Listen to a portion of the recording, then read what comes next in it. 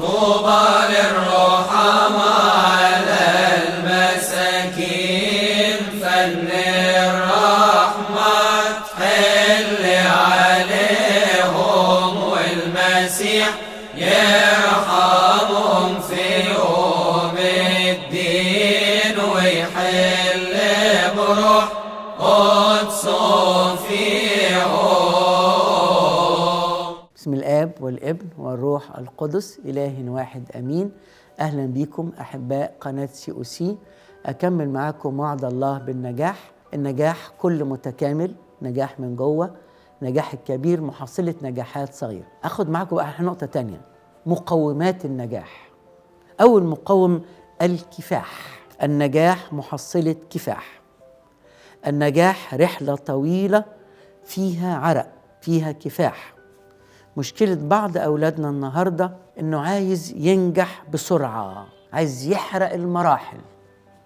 واحد خريج 2022 وعايز يبقى عنده كذا وكذا وكذا وكذا زي ابن عمه خريج 2015. نقول له ازاي عايز تحرق 7 سنين دول؟ ما ينفعش. اتعب وجاهد وثابر وكافح، هتبقى زيه أحسن منه برضه، بس لازم تتعب. ما تحرقوش المراحل، ما تنطوش لفوق.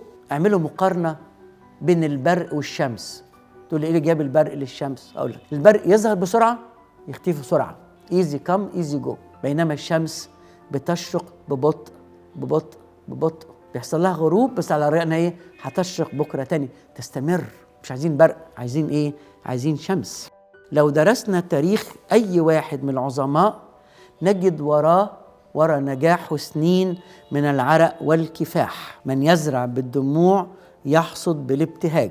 فلان سافر بره وبقى عنده كذا كذا. اوعوا تفتكروا سافر ولقى في المطار بايدن مستنيه بياخده بالحضن. اوعوا تفتكروا لقى شنط الدولارات في المطار. لا، ده نحت في الصخر، نحت في الصخر. يزرعون بالدموع يحصدون بالابتهاج. مش كده خلاص. العامل بيد رخوة يفتقر، أما يد المجتهدين فتغنى.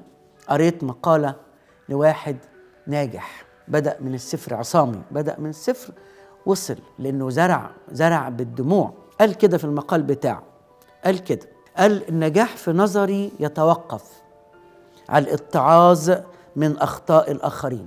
قال أنا في نظري أحد مقومات النجاح الثقة في النفس. قال أحد مقومات النجاح إن الواحد يلغي من قاموسه كلمة فشل ونحولها لكلمة خبرة. يعني مثلا توماس أديسون من أعظم شخصيات القرن العشرين، بالرغم أعظم شخصيات البشرية كلها، مخترع عظيم، اخترع أكثر من 1300 اختراع. مثلا هو اللي اخترع المصباح الكهربائي. قعد يجرب مواد كتيرة في السلك اللي جوه ده في مرة جرب شعرة من دقنه ما نجحش، مرة 2 10 قالوا كفاية له. لا، أنا ما فشلتش، أنا عندي خبرة إن كذا وكذا وكذا وكذا ما ينفعش، بس لسه عندي فرص تانية. فالراجل يقول إيه؟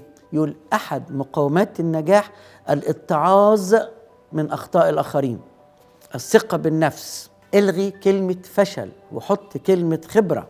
قال إيه الراجل ده؟ قال لا تأنف من القيام بأي عمل شريف مهما كان بسيط. ربنا مش بيقيس العمل بعنوانه، بالبرستيج بتاعه. أي عمل أقوم بيه بأمانة وبإخلاص يصير عملا عظيما أمام الله وانجح. يعني مثلا يوسف في بيت فوطيفار كان إيه؟ كان عبد. التايتل بتاعه عبد، حاجة كده ملهاش ذكر، لكن لأنه كان بيشتغل بأمانة كما للرب وليس للناس، عمل بروح عظيمة، صار عملا عظيما ونجح يوسف بعد كده. عشان كده النجاح عايز إيه؟ إن أنا أشتغل بضمير كما للرب وليس للناس. يقول كده إني عشت بضمير صالح. إن شاء الله المرة الجاية أكمل معاكم بقية مقومات النجاح. ربنا يديكم النجاح. لإلهنا كل مجد وكرامة إلى الأبد، آمين.